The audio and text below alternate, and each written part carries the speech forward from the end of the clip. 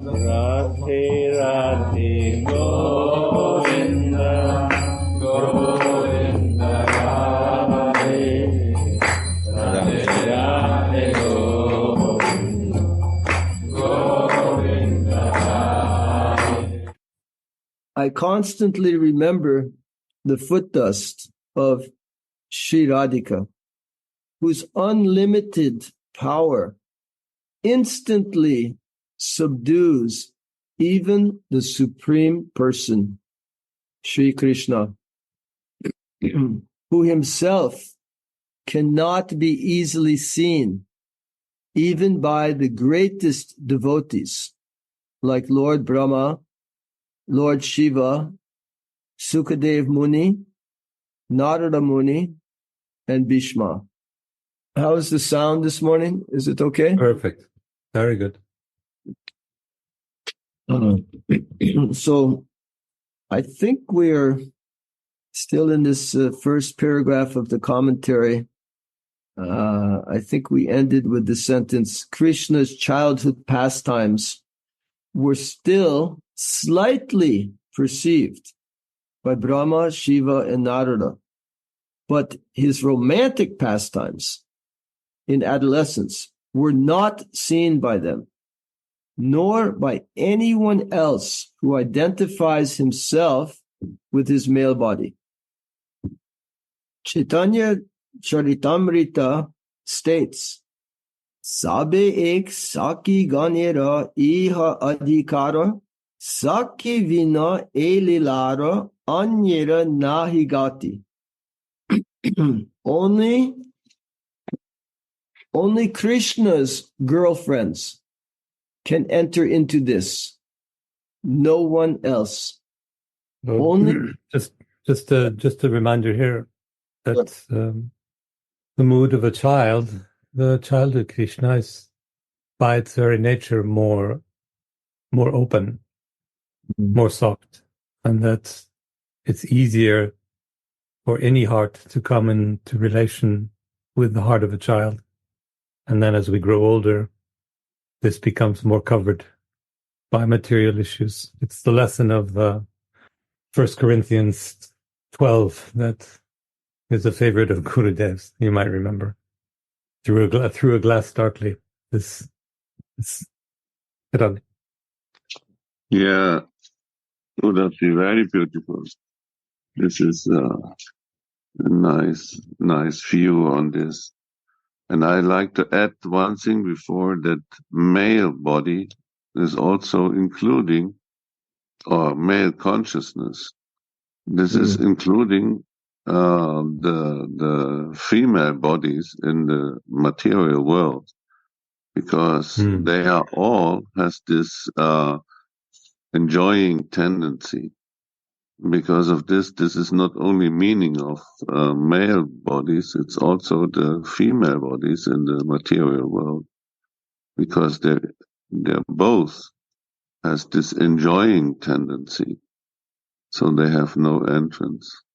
Very good. Yes, and one more thing is also what is the meaning of a child. There is no erotic lila. And because the child is so pure, and we say, oh, it's not the adult lila of Radha Mohan. Well, we could say it's true what you say, but we might also say that the child is all erotic, or the child wears its pleasure on its skin. Everything is, every little tickle, every little taste, every little sight and sound is a immediate pleasure stimulation. Saying the same thing differently. the worship in Vraj is one of pure sweetness. And those who worship Krishna in awe and reverence cannot attain him in Vraj. For there he is the God of divine sweetness. Aishvarya Gyane Nahi Pai, Raje Vrajendra Nandana, Raga Bhaktye Vraje Swayam Bhagavan Pai. Vidhi Bhaktye Parshada Dehe Vaikunteyai. One who worships Krishna spontaneously will attain Vraj. One who worships Krishna spontaneously will attain Vraj. And one who worships him according to rules and regulations will become the Lord's associate in majestic Vaikuntha. The first is Raganuga Bhakti, the second is Vaidhi Bhakti. Yeah. And just a note, when we speak about worshiping Krishna, and this is most of these shlokas are pointed towards Krishna, we obviously understand that Krishna in Vraj is empty, is devoid of any real deep bhav without Radharani. So Radharani is hidden in these shlokas, but we implicitly we know it, and when we're speaking of Krishna, we're speaking of Radha's Krishna. Yeah. We spent a lot of time discussing that yesterday, but Radha Krishna or Radha Mohan. Radha Mohan, yeah. So just wanted to emphasize that. One who worships Krishna spontaneously, Raganuga Bhakti, will attain Vraj. And one who worships him according to rules and regulations, Vaidhi Bhakti, will become the Lord's associate in majestic Vaikuntha, which I know we're always glorifying Raganuga Bhakti, and of course that's our path.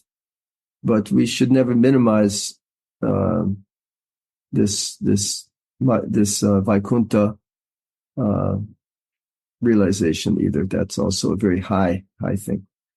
Brahma, Shiva, Sukha, Narada, and Bhishma are devotees of the latter kind. And by them, the sweetness of Govinda is barely perceived. The great power of Sri Radha's foot dust easily controls that supreme person, Shri Krishna. The great power of Sri Radha's foot dust easily controls that supreme person, Shri Krishna. Srila Thakura Mahashaya of Narottam Das Thakur sings, Radhika Charana Renu Bhushana Kuriyatanu Anayase Pabe Giridhari. Radhika Charana Shraya Ye Kore Se Mahashaya Tare Muhi Yao Boli Hari. If you decorate your body with Radhika's foot dust, you will easily attain Giridhari. I praise that great soul who takes shelter of Radhika's lotus feet. So we see the contrast with easily attaining Giridhari versus the Brahma, Shiva, Sukha, Narada, who barely perceive the sweetness of Govinda. If you decorate your body with Radhika's foot dust, you easily attain Giridhari. So I would like to ask someone to please explain what it means really for us to decorate our bodies with Radhika's power powder, her foot dust. Practically speaking, what does it mean for us? How do we do this? So it's not a rhetorical question. I really wanted to hear from someone who is doing this and who can share a little bit this practice, the feeling, or whatever, however this is done. Radha's body is prem. Radha's body is love for the divine, love for Mohan. So we can use the idea of the dust, the image of the dust, to let us imagine spreading this prem on our body. and thereby feeling it from end to end, feeling love for Mohan, her love for Mohan, putting ourselves in her emotions, sharing this emotion that she has, this love she has. And by doing that, our hearts soften, our souls open. We find our way to our soul identity, and we become part of the service of this love she has for her Mohan. Maybe a little bit more concretely, meditate on letting this love flow through us so that she can let it flow to her Mohan. So this lotus, the dust of the lotus feet means somehow this power, but seductive power, but tender, loving power. And this is what we need to have smeared all over our bodies, so that our relation to the divine doesn't go through majesty and opulence and and regulations and power of the brutal kind, but it goes through power of the heart, of the softened heart. Maybe that's the message of bhakti, that there are two kinds of power in the world. Actually, I tried to write about this yesterday, that there's power of the hammer and then there's power of the heart. Wow. One is external and one is internal. Yeah, very nice. Jai Shri Radhe, Jai Gurudev. Mahatma Ji, Jai Shri Radhe. Radhe. Jai Shri Radhe.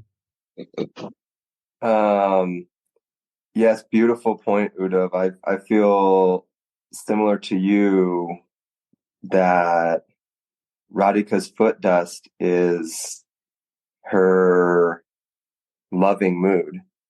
And if we are able to decorate our entire body, so cover our entire body from the very top of our head to the very bottom of our feet in this loving mood, this is all we see. This is all we feel. There's nothing else. We are totally single-pointed focus, Stai Bob, in this mood because there's no space for anything else. Our body is all consumed with this loving mood. And in that way, we can easily attain Giridhari. I think if we manage that, we've already attained it. Yeah.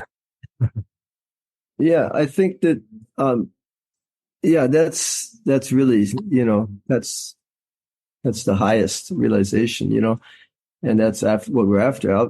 Definitely. I like to kind of speak more from a practitioner's position, and I know I'm just repeating what Uddhavaji has mentioned many times, that if we can somehow correct our vision so that we see Radha's love in everything, in everyone, that this foot dust is like this very, very fine aerosol powder that's just permeating everything. It's covering nothing is left untouched by it. So that in our daily lives, from the moment we wake to the moment we sleep, everything that we come in contact with, we perceive this as being touched by Radha's love. So no matter, and Gurudev's always saying, something, what we say, supposedly good things, supposedly bad things, and we know there is no good and bad. Everything is pure love. So if we can see everything anointed with this energy of Radha's love, then this practice will help us attain this higher level that you're referring to. So to develop this vision is a practice. Yeah. I mean, it's something we consciously have to be aware of Radharani's mercy, her love in everything, in everyone, in every object, in every creature, in every circumstance, in every encounter, that the divine is present, is there, is covered. is covering it, is permeating it. Mm. Yeah, I feel that this is our sadhana that our Gurudev is teaching. We don't have a set number of rounds that we're supposed to chant a day. We don't have any of the rules that we take when Gurudev gives initiations. He doesn't take any rules. He doesn't require anything. And as we practice, this is what we strive for. This is our daily sadhana, is to live in this loving mood and to see every interaction as mercy, to see everything as mercy that comes. And in this way, it is all positive, all loving, and to me, the way to do this is, it all comes from mercy, all from Guru Kripa. And if we can shift through mercy our vision from this doer, where I'm doing this, to a viewer where we're watching life happen to us, even in the material world, then perhaps it's a little bit easier to remove these judgments of, oh, this was good or this is bad. We can simply observe them with this loving lens. And Guru Kripa, this is the key, as you say. But what does this mean in practice? To kind of bring it back to Siddhantaji's question, which I feel more and more should be our question. So many devotees wondering what to do and how to practice. Yep. Guru Kripa means keeping Guru in the heart. And when Guru's in the heart, then this mood is there. This mood of opening is there. So it's not something he puts in your hand. It's not a secret he whispers in your ear. And it's a mood. And you only have to meet him once. You only have to look into his sweet eyes once, or feel that smile wash over you once. And then you have the kripa, the mercy, that mood. And you can go through your whole life, sit 1,000 miles away, and remember this feeling you had. And that is the key to take you to this feeling of the open heart, of sitting beside Radharani. Your guru is an old friend. Your guru has always been your guru. If you happen to have met him in physical form in this life, well, then you're very fortunate. But it was just old friends meeting after 1,000 million lives of being together in separation. So all it takes is to bring this feeling into your heart, and then we can see Radharani like it's described here by Narottama Das Thakur. It's not rocket science, as we like to say in the US.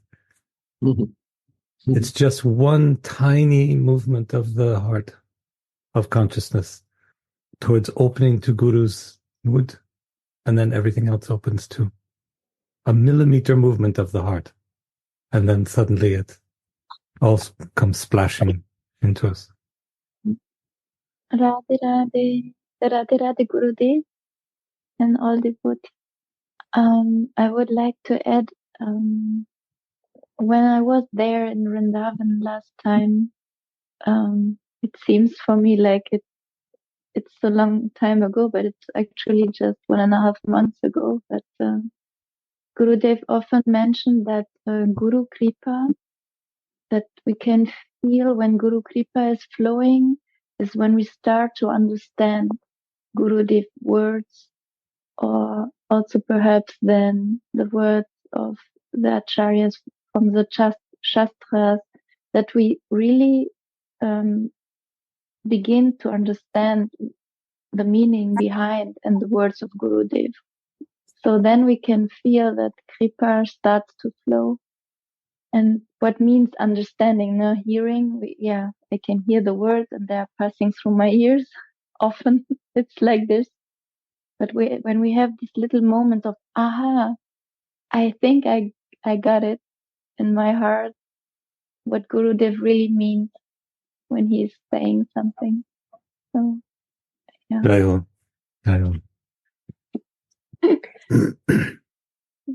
And perhaps those are the same. Those aha moments are when we're feeling, when our heart opens to this message. We're no longer hearing it, as you just beautifully described, Ma Yoga Shakti, in our head, but it's actually the message is being received in our heart. And this is the same place where Uddhav is talking and sharing about holding the mood of Gurudev, if we can hold this mood in our heart. So it's in the same area we're just working on, or we're just praying that we can, that this space will open for us. We can receive this mercy so that we can both understand the scripture in the heart, understand, feel the meaning, feel the words of these acharyas and of this loving energy that flows through these words, and the mood of Gurudev. You know, to me, I feel, I love, Uddhav, how you described the mood of Gurudev. It's such a beautiful example. And sometimes in my experience, when I'm, you know, in the room personally with him, it's easy to get overwhelmed by his feelings and not really like know what's going on, or, you know, because you have this one-on-one relationship going on. You're like, whoa, you walk out of there and it was like a whirlwind of like, my God, what just happened, you know? And witnessing him, sitting in the room close to him and witnessing him engage with others gives you this perspective that we've been talking about, the viewer. So instead of being this doer where you're engaged in the emotions and everything is so wrapped up, you're like, I can't see anything, I'm just feeling so much. When we're sitting beside and someone new walks in the door, or someone that perhaps is one of Gurudev's oldest devotees but hasn't been there in, you know, 10 years, which certainly, as we all know, even being away from Vrindavan in a week makes it seem like it's been 10 years since we've been there.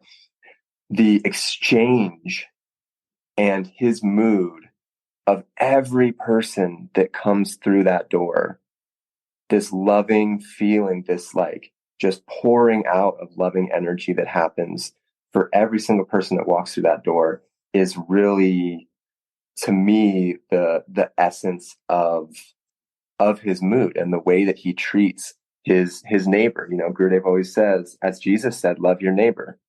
And who is your neighbor? Your neighbor is those that are close to you.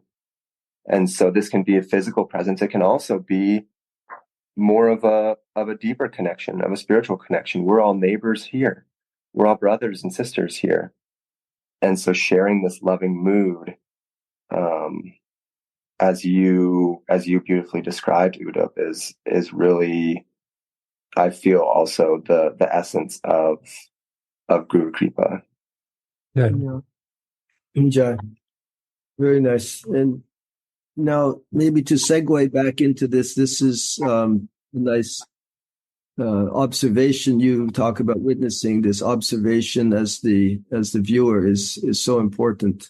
And this is all Radharani's mercy. We know that our Gurudev is totally immersed in his foot dust, and he is exhibiting this through his words, his feelings, his actions, that he wears his heart on his sleeve, as we say, that he's an open book.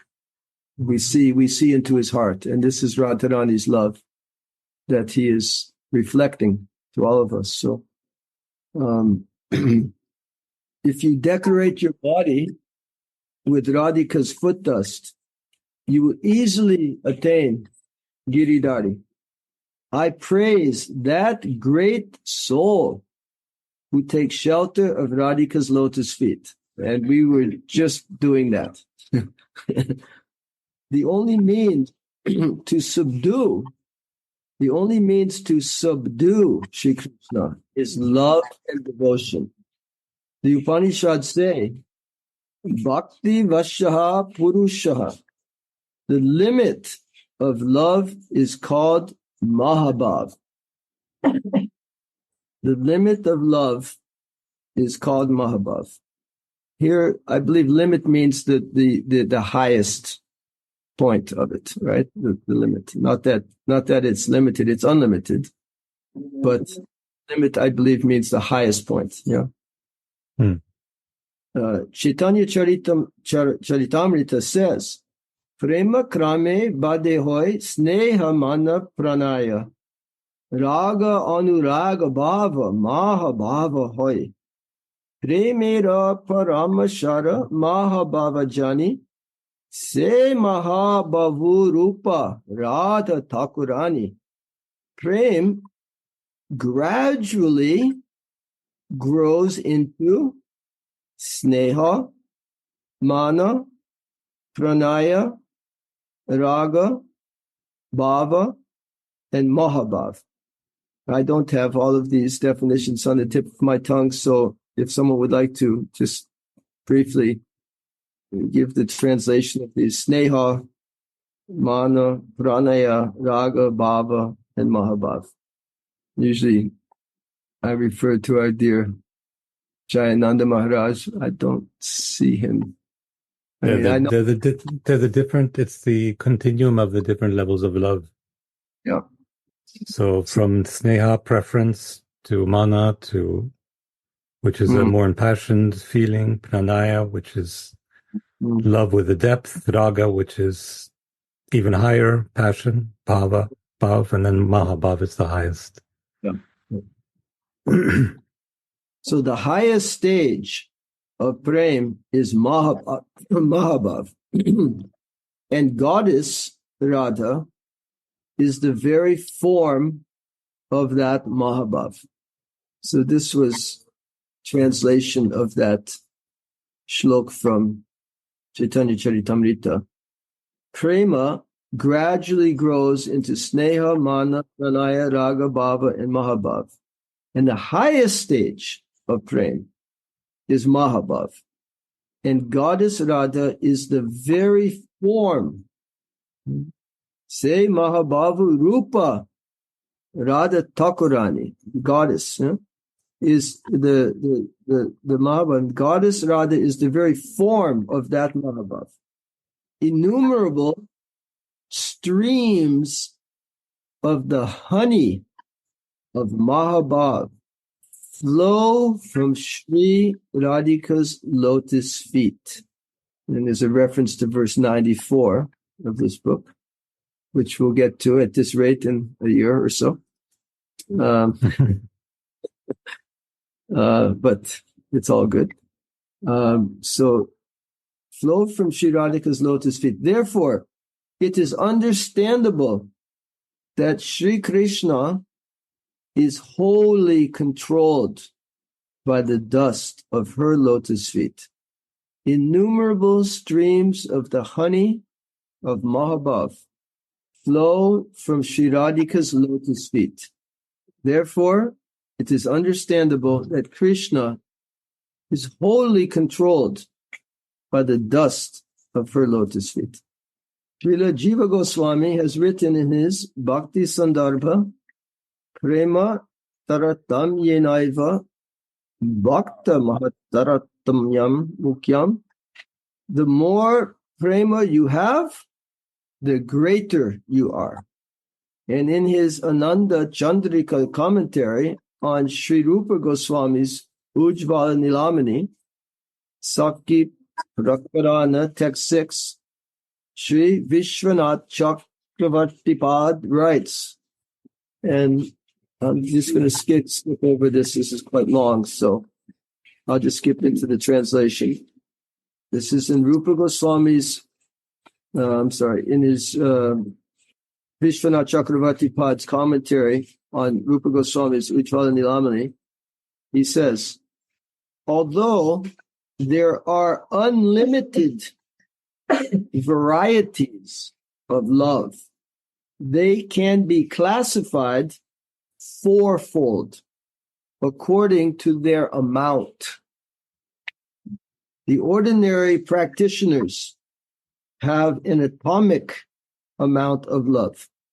Devotees like Narada Muni and others have love in greater or lesser amounts. The people of Raj have great love of Krishna and Sri Radhika, the queen of Vrindavan. I'm sorry. The queen of Vrindavan has the greatest love. Naturally, therefore, she also controls him to the greatest extent. So we don't normally think of love as being quantifiable. We tend to think of it as absolute. It's not like there's more or less of it, but this is a transcendental type of quantifiable. So a little bit hard for us to think in terms of this love being quantifiable. But here we have this delineation, if you like, here about the varieties of love. Yeah, for anyone who's interested in this, excuse me. Go ahead. No. I mean, this is the kind of analysis you have in Bhakti Rasamrita Sindhu of Rupa Goswami. He sort of picks apart love and tells you all the different levels of feeling that are hiding inside of it. But I wanted to underline that the last sentence is the most wonderful of this citation, that she has the control because she has the greatest love. That's the point. That the control of Krishna does not come from muscle or majesty or power in any sort of material sense. Control of Krishna comes from the softest heart.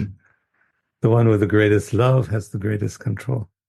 Yeah, this verse definitely brings to mind the Damodar Lila, that we recently were observing here in Vrindavan, where Mother Yashoda is trying to bind Krishna, and only by entering into the loving mood as the mother, this Vatsalya Ras, right? The pinnacle of Vatsalya Ras, this loving mood of Yashodama for Gopal, is she able to bind him? So this is similar. So, we hear that this Madhurya Ras, this Radharani's love is the highest, of course. But this should not in any way diminish Mother Yashoda's love for Krishna exhibited in this Vatsalya Ras pastime of the Damodar Lila. Similar. Mahatma, do you wanted to share? I had this image come to mind when we were describing the amount of love. And then Siddhanta, you were kind of sharing about how we were quantifying it. Perhaps we can use the image similar to how we sometimes talk about mercy. Our hearts are these pots, and these pots, when we come with all of our coverings, there's all these holes in them. And perhaps we can use this analogy as well for the amount of love that we have. So when the ordinary practitioners, our pot is smaller, so we're only capable of holding, of feeling this smaller amount, this atomic amount of love. And then as we go down this path of bhakti and through seva and through kripa, our heart is cleaned, is purified. And in this way, all of the coverings that we've accumulated for who knows how many hundreds or thousands of lifetimes are cleared, and space is created for these pots to grow. And as these pots as this pot grows into this new space, it's able of holding and feeling more love. So the ordinary practitioners, we have this teeny tiny pot, this atomic size pot, so we can feel just the smallest amount of love. Devotees like Nada Muni have pots in variable sizes. The people of Raj have larger pots even than devotees. And Sri Radhika has the largest pot. Jai Shri Radhe. Because she is the source. Yeah. And as closer one comes to the source, as bigger is the love. So we can understand that one who is like to enter directly in Krishna service or Krishna's relationship without Radhika, there is less love because he went to the wrong direction actually. So first, everyone who likes to be in love first has to see Radhika, because no Krishna is the source of love. It's Radhika.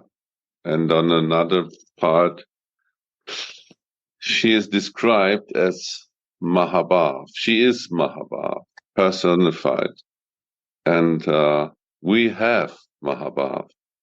We get the Mahabhav by put her foot dust on our spiritual bodies, fully taking shelter on her. There is no place for other things. Our whole body is covered with her foot dust. That means with Mahabhav. So we get it, and we're fully taking shelter on her mercy, because the foot dust is the mercy of Sri Radhika. And this is the point, that we come to the source. As more close we come to the source, as bigger the part of the love in our heart will be. As more far we stay, it's also this example of the fire. We remember when iron comes close to the fire, it also becomes fire. But it has to be very close. Sudhanidhi added that it has to be inside the fire to get the same quality than the fire. But the fire is always the source. From the source we get the fire or the mercy. Radha.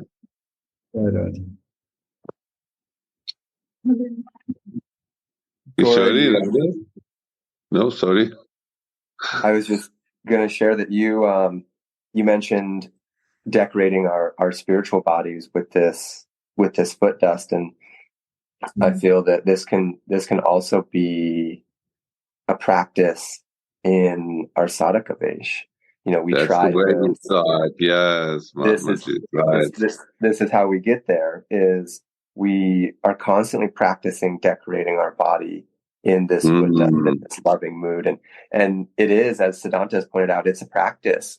It's something that we're constantly working on. Perhaps I'm able to, through mercy, through kripa, able to cover a bit of my heart in this foot dust for an hour, and then the wind blows and it gets swept away, and I come back to living in the coverings that I've had before. But perhaps then later more mercy comes, and perhaps the foot dust sits in my heart a little bit longer, or perhaps it expands a little bit more, covers a little bit more of my body, and then again the wind blows and swipes it away. And this is why it's a practice, because the foot dust is always coming to us, it's always recovering us, and this is the mercy. This is the true mercy of Gurudev, of Mahaprabhu, of Radharani. This is why she's the most compassionate one, is she is always taking care of us. She's constantly sprinkling her foot dust back down, and then we're constantly blowing it away off of our bodies. And with time, with mercy, we perhaps are praying for this foot dust to stick a little bit, and perhaps it sticks a little bit here, and then sticks a little bit more, and a little bit more, and in this way, slowly we can have our entire body here, our sadhaka vesh, this material body, covered in this foot dust, in this loving mood, and this is the realization of our spiritual body. Yes. We can see the example of Raghunath Das, right? How he depend on this foot dust. He is always praying for that. And he get it in the Sadhaka Vesh and in his Siddhaswarup. Both. He fully surrendered to that mercy of Radhika. And when Radhika is giving darshan, it's there, but he also feels this in separation because he is completely meditating on her.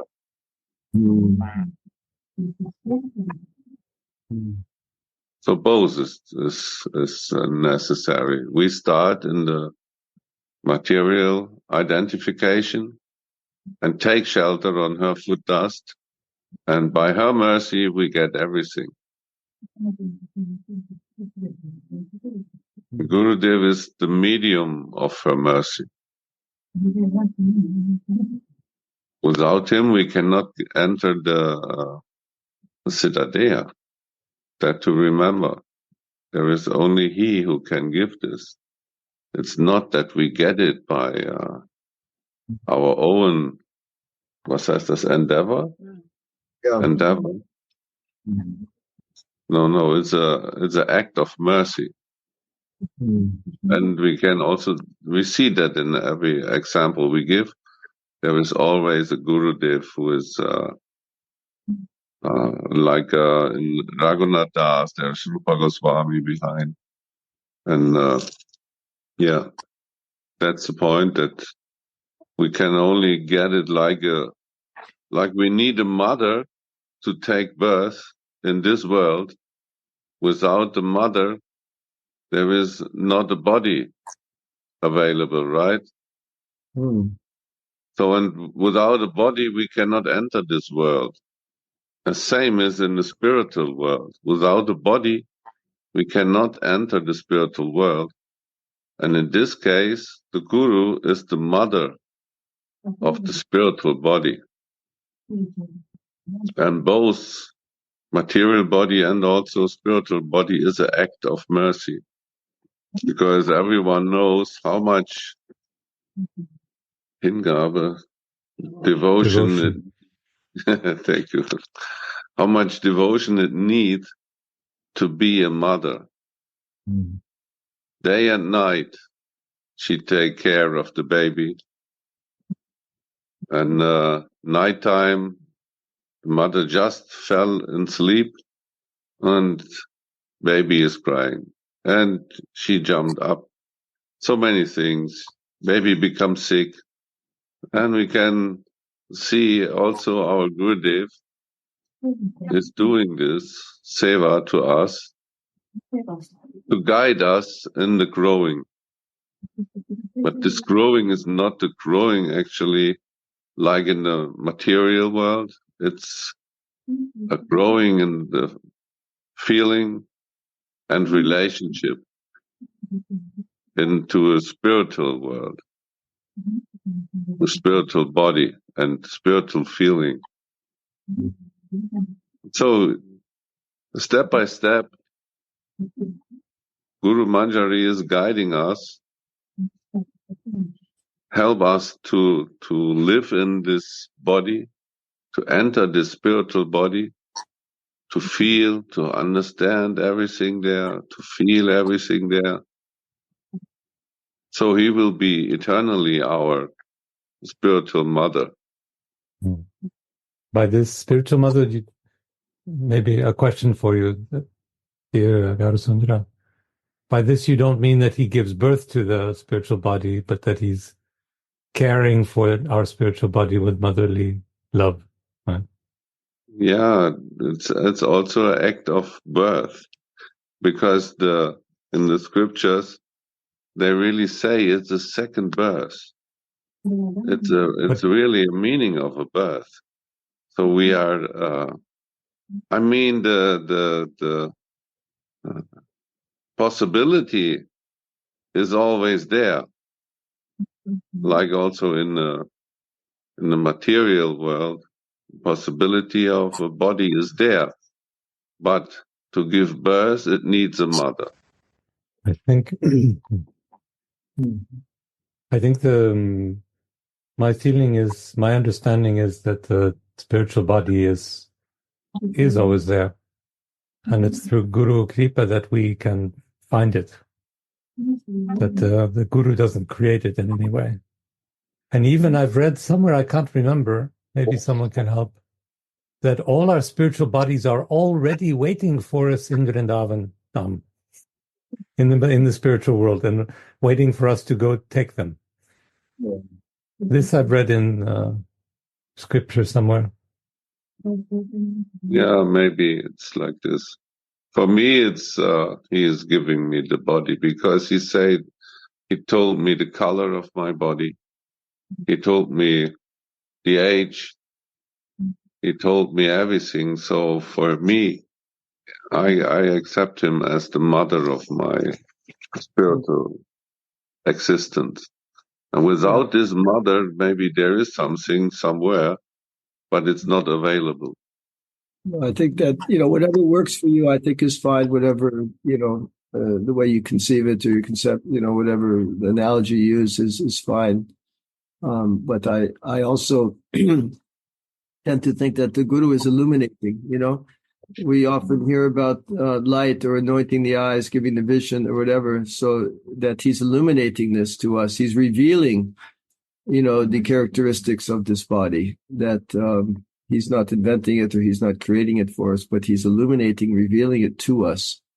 But again, it's, however you like to conceive of it is fine as long as you're getting there. That's the point, right? Yeah. If we cut the birth, the procedure of the birth out of this understanding, and under all circumstances, he is or she is the one who is guiding us to growing. She learned to run with this body, to listen, to get the ears, the eyes, using everything is his mercy or her mercy. I mean, actually, everything, if we go to the source, back and back and back, so we come again to Mahaprabhu, who brought this in this world. That was not before.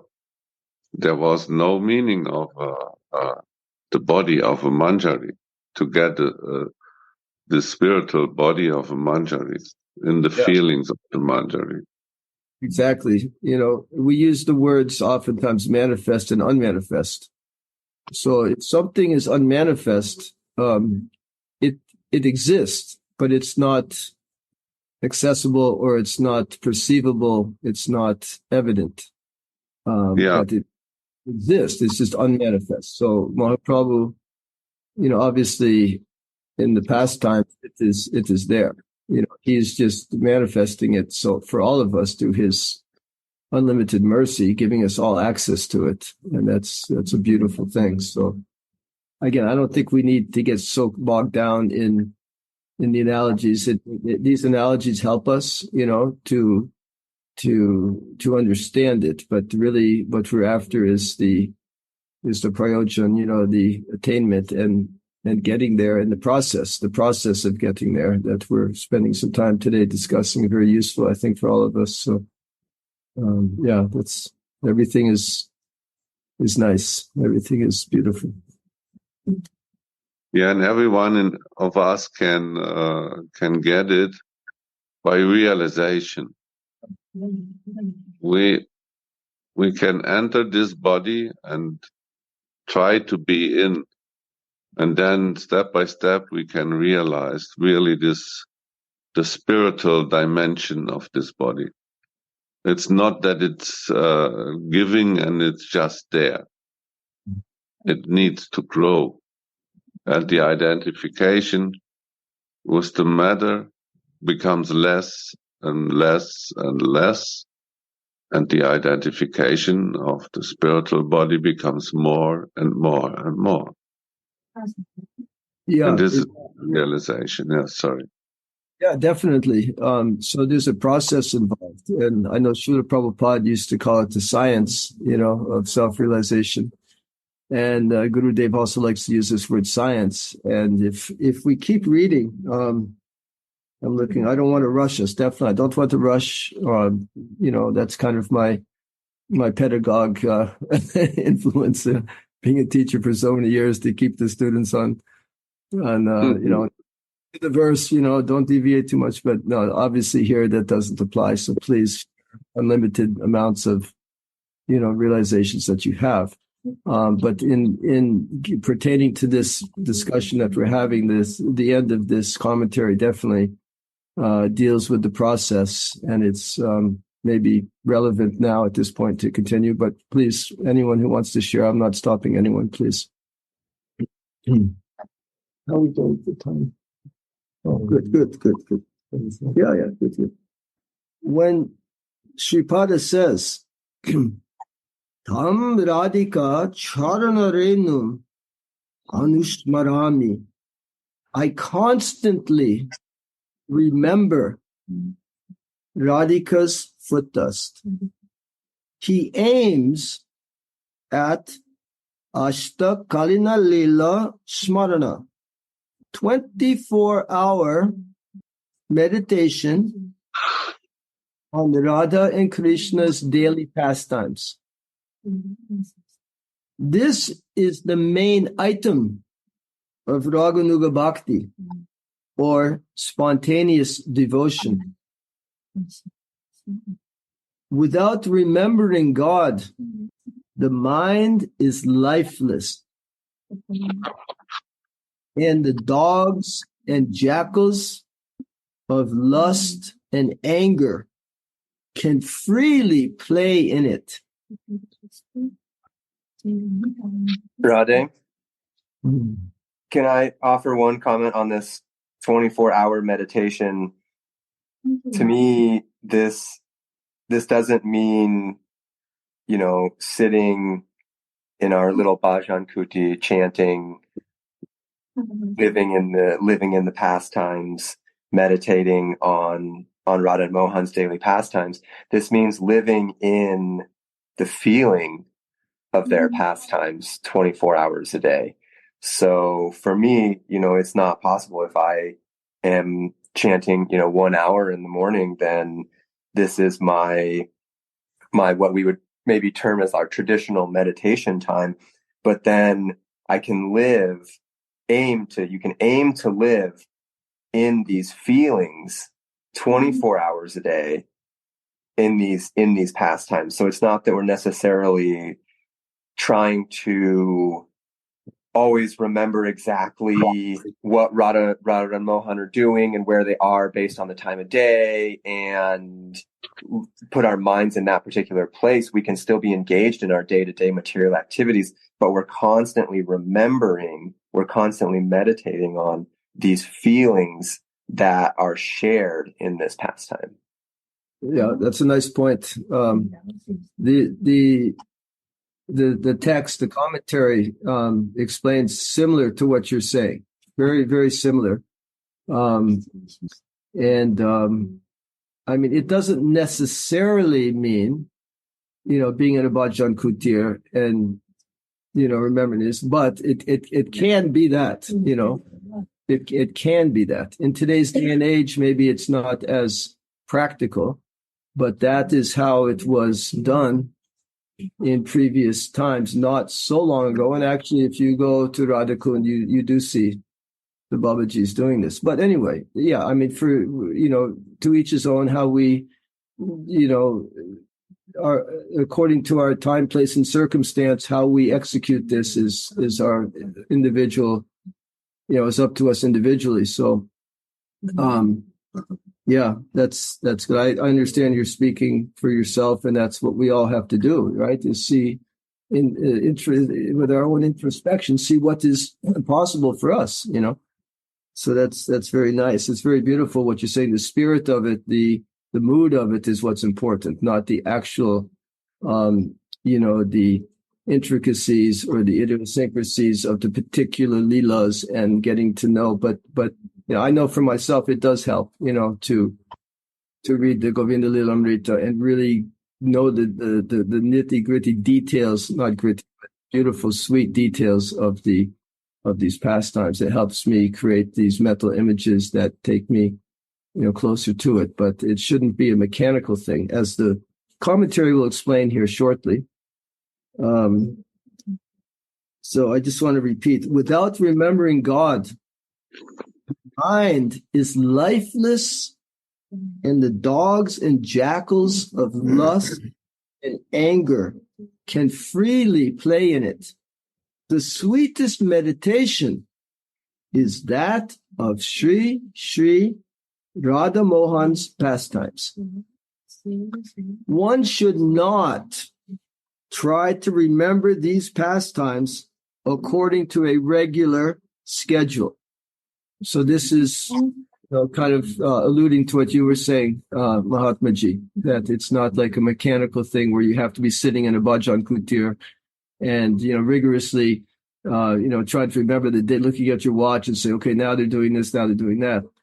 No, this is a dead and stale practice.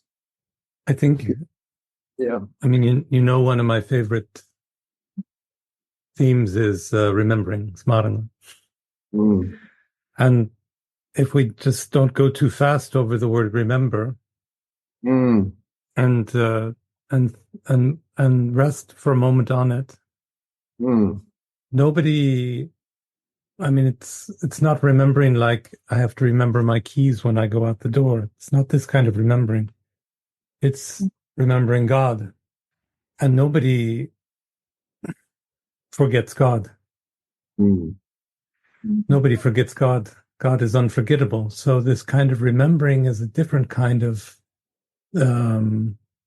feeling, experience. Remembering God means remembering ourselves, remembering our soul, remembering that God's right there, that God has never left. God is in our soul, that we have a soul, that we have a svarup, and that svarup is divine. And keeping this so-called memory, which is not a memory, it's really just it's a memory of what is constant. It's not something from the past that disappeared in our minds. It's something that's constantly in us. And remembering then means staying in our spiritual identity and staying in the realization of the divinity of our spiritual identity. This is what remembering means. Exactly. And this is when Srila Prabhupada uses his famously coined expression, Krishna consciousness. We hear it bandied about, everywhere with the word Krishna conscious. Krishna conscious. This is what it means to be Krishna conscious. So again, I'm using the broad term Krishna conscious. Obviously, it's in our path we're referring to something more specific. But the way you described is a perfect. I mean, I can't think of a better description of Krishna consciousness than that. Being totally present and conscious of our connection, our relationship. And these are the feelings. The feelings are the symptoms of this consciousness. That's what we're feeling in our hearts, our mood, sometimes sad, sometimes happy, sometimes blissful, sometimes this is all the different moods that can manifest within this conscious awareness, this awareness or consciousness that we have. And so beautifully said by you, definitely. But always as a manjari.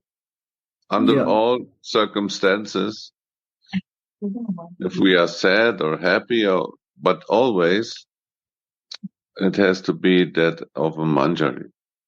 Yeah, exactly. And, reading the Vilapa Kusumanjali by Raghunath Das Goswami, what we just finished in the last few weeks, these these deep, deep lamentations, oh, my life is useless, what's all in, can't see my Swamini, it doesn't have to be just, bliss and a smile on our face, but actually the deepest feelings, realizations are with tears flowing from our eyes in separation. This is the height of it, right? Yeah. Ecstasy. Yeah. This is the ecstasy. Yeah, exactly. Yeah, I feel like I agree. This is really important, but I would go even further and say that Krishna consciousness is Manjari consciousness. And I'll bet Prabhupada would never say this thing, but I'll bet if you asked him in private, secretly, he would have said, yes, Krishna consciousness means Manjari consciousness. You can still ask him. He's listening. Okay, thank you. Radhe. Radhe. How many? I just remember that Krishna consciousness means Radha consciousness. Yeah.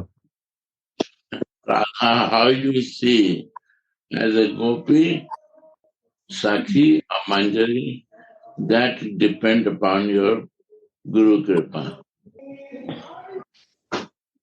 If you see your Istadev Radha to by the mercy of Chaitanya Mahaprabhu, and if you are Gaudiya Vaishnava, then there is no Sakhi Vav or Manjari Vav with Chaitanya. But if you believe in the Shastra and you want to maintain that Shastra, not to Mahaprabhu, then we take the center of Gopi Bhav or Sakhi Bhav. We have no way, or it depends upon the Guru realization, how he reach, where he reach, he can share that. He cannot share out of that. Why Radha consciousness? Why not Krishna consciousness? This is Guru Kripa. This is Prabhupada Kripa that she said Krishna consciousness. If you start, you will be the faster progress. Who is conscious with Krishna, they are Krishna consciousness. That is the meaning of Krishna consciousness. And if you start with Krishna, maybe it will take 20, 30 years to you to come to Krishna consciousness in the mood of Radha Rani to understand. 10, 20 years you have to give with Krishna, then when the mercy will come in your life of realized person, then you will understand what is the Radha and Krishna, what is the energy of Krishna. And without energy of Krishna, you will never understand Raga Bhakti. Or if I will practice in the Vaidhi Bhakti, then we will stay as a religious way, not like a spiritual. So it's clear. Manjari is only who worship Chaitanya. He knows the Manovishtham, means the heart of the Chaitanya, who understand Unnat Ujjwal Rasa. Unnat, what he progressed, the Rasa. Ujjwal Rasa was there, what he improved there. And why he improved? Because Bhakti Shriyam. Why is Bhakti Shriyam? Because Manjari Bhav practice is Siddha Deha requirement. Without Siddha Deha, and you will not go for realization, for attachment with all material thing. I want to go to Siddhadeha. It's not possible. And I don't do bhajan and I want to be a manjari. Is not possible. For that, Shravan and Kirtan is important to develop your bhajan. If I never take any promises you have to do, because you have to, not 16 and 64 round, you have to chant all the time. You cannot live without name. That is Manjari Bhav. When you will not do bhajan, how you will realize? This is a bhajan kriya. Always you have to greedy for bhajan. Then Manjari Bhav is coming in a very difficult way. Mahaprabhu give and very realized and highest way he give. It's not easy. Why not they talk about Manjari Bhav? Because it has to do. You cannot escape by doing. So yes, Krishna conscious also in Gopi Bhav, Sakhi Bhav, Sakha Bhav.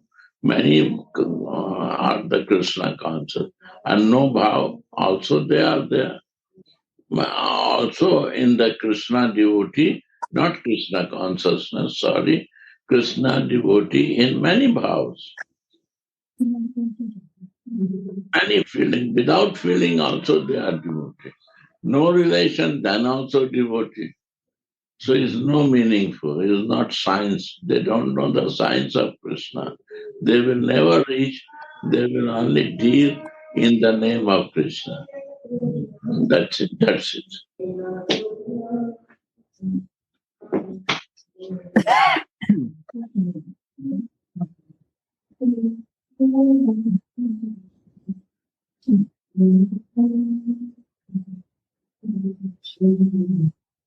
That's what we learned from you, Gurudev, that we have to fix our position and that of our Ishtadev first.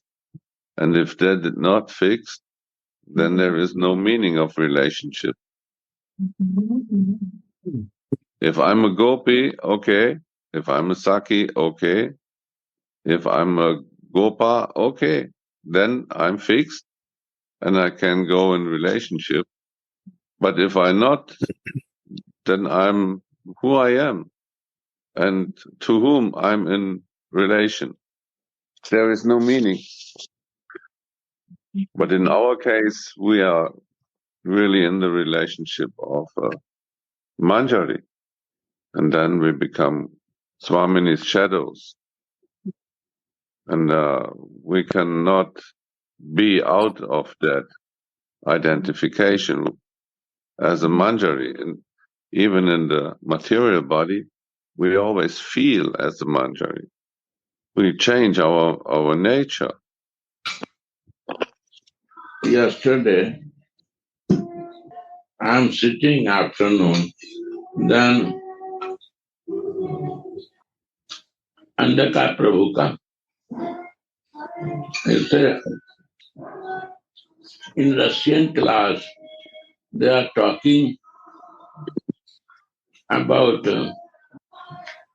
Radha Krishna is together and they feel separation.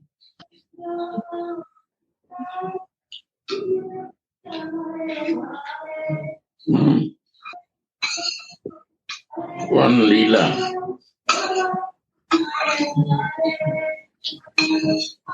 He is also from Radha Kunda and is reading that book. So, in that pastime, Padma is the Radhika rival, Chandravali name. Also, Chandravali is there. Radharani, first Radharani story, Padma story, Chandravali story.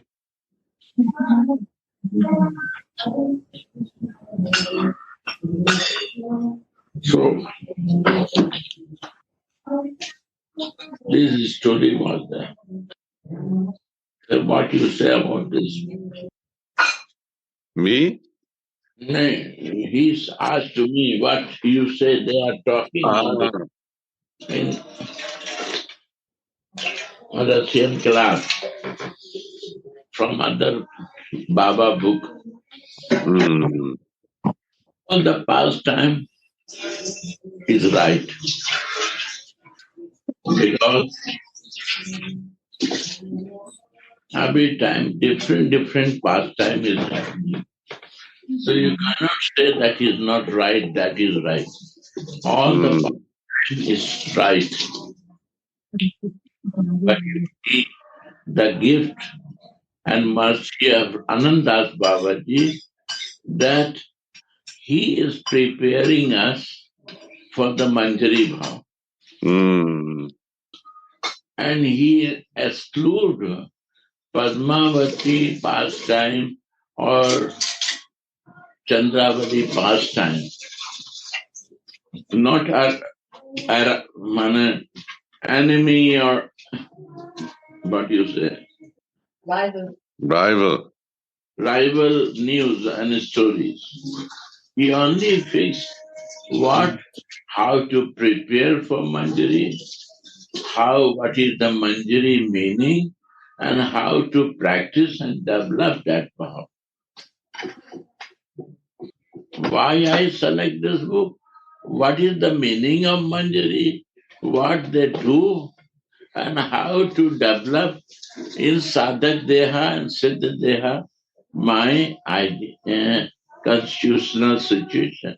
If I not fix what I will fix, I will see from there. If I physical body, I want to relate, I will relate with that. I want to make a relation, I will make a relation with that. And then we think that we are in relation. And without a spiritual body, it's not a permanent relation, divine relation will not come. Only I will run for the material, physical relation. And that is the beauty of Anandas Babaji, how he protects us, not in the other pastime and other thing. He also mentioned about the pastime of how they are together, but they are feeling separation in different directions. But that to realize and to understand, that is wow, very good. We are the practicing is so super thing. I say yes. He protect us. First to fix, then go in the different system. If you like, if you don't like, stay with your bhajan. You need only your constitutional position, identification. Right? The Radha did not come. The comment. I'll go check Gurudev. This means Daibhav. There is no other interest. Why to think about others? There was one in the Leela. There was one who went to the Chandravali's place and got some milk there, buttermilk, I think. We know the reaction of Swami, isn't it? He bring only leaf cup from that area. Raghunath Das throw that leaf because this is not my mood to take this buttermilk from that. He even not accept buttermilk. What the mean of stories? No, buttermilk, no, you don't accept this leaf cup. This is even the leaf cup. near to Nandagaon, there is a one Chandravali village. So he is showing the Nistha for Radhika, no? He is in Radha Bhajan, he don't want to deviate for other things that he want to show.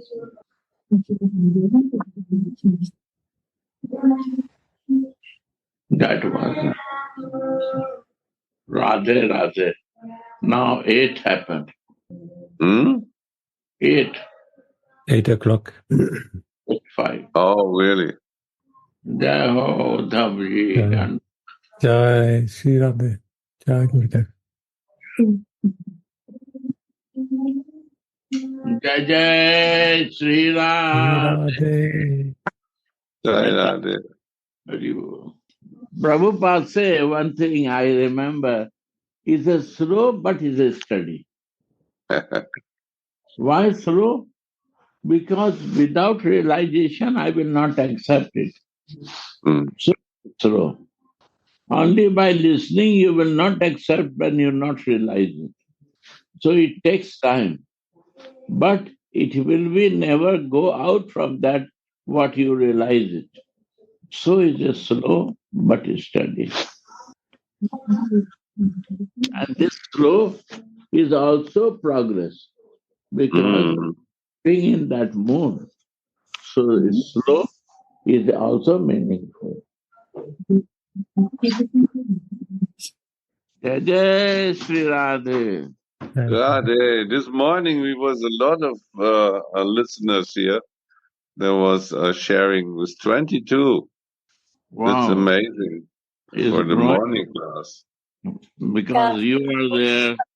Yeah, many Uddhav people there. from Japan also. Thank you for joining. I translated to Japanese today. Thank you. Very nice. Yes, Kishori. So nice. Ohio Gosai. Very nice. I was listening. When Uddhav said, ask me, then I said about Krishna consciousness. This is Thank you, Kripa Gurudev. that I become Radha conscious. This is Kripa directly become. If 20 years I save my time for only practicing with Krishna. This is mercy of Prabhupada. This is Krishna conscious. Who is the conscious of Krishna to follow that?